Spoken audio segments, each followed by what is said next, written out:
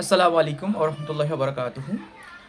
গতকালকে একটা ছোট্ট শর্ট ভিডিওর মাধ্যমে আমি জানিয়েছিলাম যে আল আমিন মিশনে ক্লাস 5 থেকে 9 এবং 11 সায়েন্সে ইংলিশ মিডিয়ামে যারা ভর্তি হতে চায় বা পরীক্ষা দিতে চায় এবারে তারা 28 তারিখের ভিতরে তারা ফর্মটা ফিল আপ করে নিতে পারে।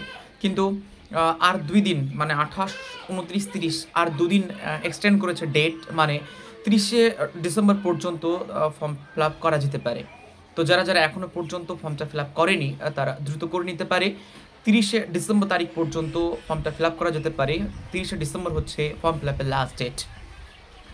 এবং বলে রাখি, এতিম বাচ্চাদের জন্য, এতিম বাচ্চা অর্থাৎ যার বাবা অথবা মা অথবা বাবা মা দুজনেই ইন্তেকাল করেছেন, এতিম বাচ্চাদের জন্য যে শান্তিনীড় রয়েছে, সেই শান্তিনীড়ের ফর্ম ফিল আপের লাস্ট ডেট কিন্তু সেই 30 তারিখই, অর্থাৎ 30 তারিখে শান্তিনীড়ের লাস্ট ডেট। তো শান্তিনীড় কি? শান্তিনীড় হচ্ছে প্রাথমিকভাবেই আল আমিন মিশন খলেদপুর উলুবেড়িয়া যেটা রয়েছে ডি ভুসুটে, সেখানে জেনারেল সেক্রেটারি নুরুল ইসলাম সাহেব তিনি ছোটো ছোটো বাচ্চাদের কথা মাথায় রেখে ক্লাস 3 এবং 4-এর জন্য শান্তিনীড় অর্থাৎ ছোটো ছোটো বাচ্চাদের পিতামাতাহীন, অর্থাৎ বাবা অথবা মা যারা এতিম, যারা বাড়িতে পরবাস করার জন্য যে পিতামাতার ন্যূনতম ভালোবাসা থেকে বঞ্চিত, সেই সমস্ত বাচ্চাদেরকে একটা সুন্দর আবাসিক হোস্টেলে রেখে তাদের পড়াশোনার সুযোগ সুবিধা করে দেওয়া। বলে রাখি, এই যে শান্তিনীড় রয়েছে বর্তমানে এখন শান্তিনীড় বেশ কতগুলো স্থানে শান্তিনীড়ের বাচ্চাদেরকে রাখা হচ্ছে। এর আগে শুধুমাত্র একটি শাখা ছিল। শান্তিনীড়ের চাহিদা এবং শান্তিনীড়ের জায়গা যথোপযুক্ত না থাকার কারণে এখন বিভিন্ন ব্রাঞ্চে শান্তিনীড়ের বাচ্চাদেরকে রাখা হচ্ছে।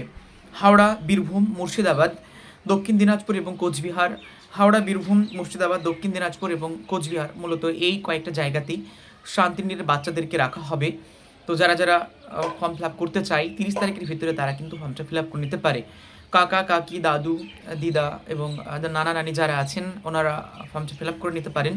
নির্দিষ্ট ডেটে সব ফর্ম ফিল আপের পর ফিজিক্যালি তাদেরকে কাউন্সিলিংয়ের জন্য ডাকা হবে। ছোটো বাচ্চাকে সঙ্গে করে নিয়ে যেতে হবে। বাবার ডেথ সার্টিফিকেট এবং প্রয়োজনীয় যে নথিপত্রগুলো রয়েছে সেখানে SMS মারফত জানিয়ে দেওয়া হবে। ওখানে গিয়ে বাবা মা কী করেন বা বাবা মা কীভাবে মারা গেলেন, কীভাবে চলে গিয়েছেন বা ইত্যাদি ইত্যাদি প্রশ্ন করতে পারেন। এবং এর পাশাপাশি যার অভিভাবক উনি কী করেন, ওনার আর্থিক কতটুকু মানে আর্থিক কতটুকু সামর্থ্য রয়েছে সব মিলিয়ে তিনি ওনারা ওখান থেকে অফিসে প্রশ্ন করা হবে। এরপর প্রয়োজনীয় আর্থিক অবস্থা বিচার করে শান্তিনীড়ে বাচ্চাদেরকে রাখা হবে। কাউকে কাউকে সম্পূর্ণ ফ্রিতে অর্থাৎ পুরোপুরি বিনামূল্যে শান্তিনীড়ে রাখার ব্যবস্থা করা হয়েছে। আবার কাউকে কাউকে স্বল্প মূল্যে এবং কাউকে কাউকে তাদের আর্থিক অবস্থা সচ্ছল হলে নির্দিষ্ট যে ফিজ ক্যাটাগরিতে ফেলে তাদেরকে রাখা হয়েছে। তো রাখা হয়েছে এবং রাখা হবে। তো যারা শান্তিনীড়ে ভর্তি করাতে চায় অনাথ বাচ্চাদের ক্লাস 3 এবং 4-এর জন্য শুধুমাত্র, তারা কিন্তু করতে পারে। এবং ক্লাস 5 থেকে ক্লাস 9 এবং 11 সায়েন্স ইংলিশ মিডিয়ামে যারা ভর্তি হতে চায় তারাও কিন্তু ফর্মটা ফিল আপ করে নিতে পারে 30শে ডিসেম্বর তারিখের ভিতরে। আগামী 11 তারিখে ইংলিশ মিডিয়ামে ভর্তি পরীক্ষা হবে এবং তারপরেই ভর্তি পরীক্ষার পর চলবে প্রসেস, লম্বা প্রসেস। এপ্রিল থেকে ইংলিশ মিডিয়ামে জেনারেলি তাদের ক্লাস শুরু হয়। এবং যারা এখনও পর্যন্ত বাড়িতে আছে বাংলা মিডিয়ামে ভর্তি হয়েছে তাদের মোটামুটি জানুয়ারি থেকেই বিভিন্ন ব্রাঞ্চ থেকে তাদের কল করে বা SMS মারফত ডেকে নেওয়া হবে। তারা প্রয়োজনীয় জিনিসপত্র নিয়ে তারা আসবে। এবং এই নিয়ে আমি গত 2 বছর আগে একটা ভিডিও বানিয়েছিলাম। সেখানে নতুন বাচ্চাদের সাথে কী পাঠাবেন সেটা উল্লেখ আছে একদম ভিডিওগ্রাফি করে, আপনারা এটা দেখে নিতে পারেন।